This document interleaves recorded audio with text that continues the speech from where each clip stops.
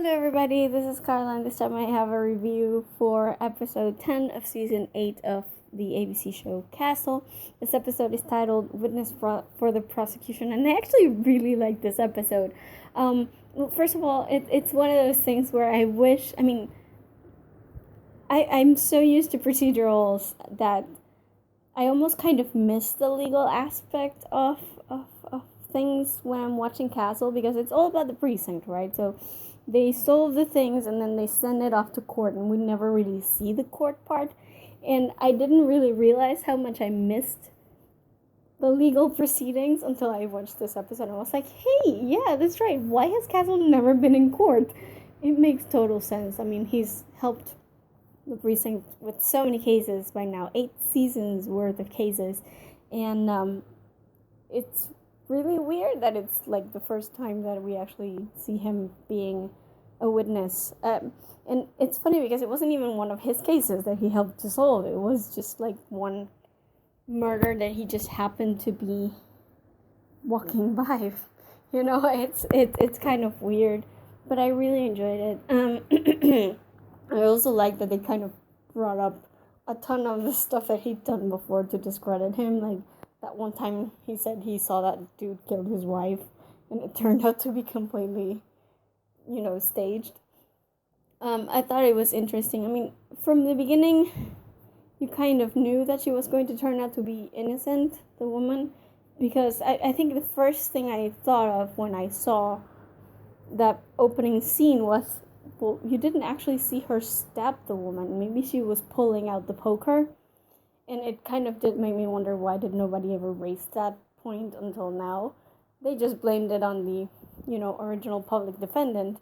But I think it's a kind of a logical leap. You can't defend yourself just by saying, I'm innocent, that's it. You have to have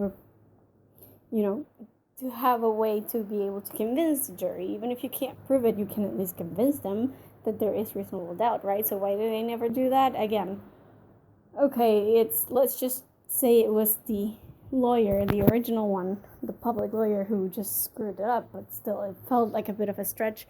And you knew from the beginning that she was going to end up being innocent. So that kind of was weird. I was interested in just the whole thing about the affair first, and then the whole thing where she was trying to get the guy's prints off of the glass. I thought it was interesting. I that they kept throwing turns at us. It's like, oh, I thought for sure it was going to be the DNA testing. It turned out it wasn't.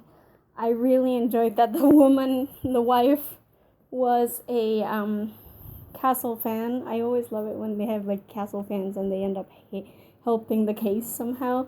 She's like, you give me a villain in your next movie and I'll get it for you. I thought that was really funny. And she was like, yeah, I'm totally like Nikki Heath, because that is us, okay? That is every fan of anything, anywhere. We all love to say, like, man, I totally identify with Katniss Everdeen. Sure you do. It's like, it felt like an avatar of myself in the actual show, so I thought that was really funny. I really love Caleb Brown, and I know that he's like a bad guy and whatever, but I really like him. It might have something to do with the fact that he's played by Chris Balaha, and I freaking love Chris Balaha, but I just love Caleb Brown. I hope we get to see much more of him before Beckett and Vikram actually take him down, because he's going down, obviously, but I do hope we get to see more of him, especially if we get to see the good side of him, because he was really good in this episode. I really enjoyed that. And he's just so great, man. I love him. He was so much better than all the other evil bastards that have been running around. It's like, yeah, well, he can be nice too, and he's so damn charming and so damn earnest, and I just kind of love him. I don't want him to ever go away. Things that I didn't think were so great is when the episode kind of went back to its old Castle-isms to get things solved. Is like, that bit about Javier telling them about the 75-year-old women who beat him up. It's like, really, you could have chosen something better. It wasn't really funny. Then there was the whole castle thing about him getting thrown in jail. I'm like, really, you have no idea they were actually going to put you in the same exact holding cell as the woman. That was so contrived. It wasn't really. It's just so stretched out. They stretch it too far for my disbelief to actually get it. And I did not like the fact that it was all about money in the end either. It's like, oh, it's something we just threw in, so all the other stuff that could have been, so it's just like, so they had a reason to go and be like, nope, you didn't get it, because it wasn't everything that you thought it would be. It's this, and this thing just sort of came out of nowhere, so there's no way anybody would have guessed it. So I don't know, I didn't like the fact that it was about money. I would have rather preferred the DNA, honestly. Because that made a lot more sense in the context of the thing. But I don't know, I enjoyed this episode a lot. I liked the little nose rub thing that Castle was doing, and Becca's like, that's really not sexy. So I thought it was really cute. I liked, again, that Martha and Alexis were helping, even if it was just like the one little thing they did. It was interesting, though. I like the judge. I hope they bring her back. She's a cool judge.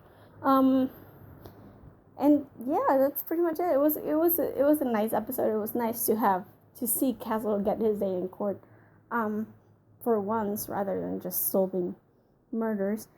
And I do hope that Caleb Brown gets to come back soon, because I like him as a character, and I probably will like him as a bad guy too. So you never know. I like the dude. I think his episodes are always kind of more interesting just by his mere presence. So I enjoyed that aspect of it. I look forward to seeing what happens with Vikram and Kate now that they have him all figured out, apparently. But that's it for my review. As usual, be sure to visit our website at geekypub.com. We have reviews not just for the previous episodes of Castle, but also for other TV shows, books, movies, games. We have a ton of stuff in there, so be sure to visit and check it out. And also, if you guys want to be notified straight away whenever we upload a new review, then you want to subscribe to our YouTube channel, because that's usually where the reviews go up first, even before they hit the website. So, again, if you don't want to miss anything we upload, then you want to subscribe to our YouTube channel, and you will be notified straight away. That's it from me. I will see you guys in my next review. Bye!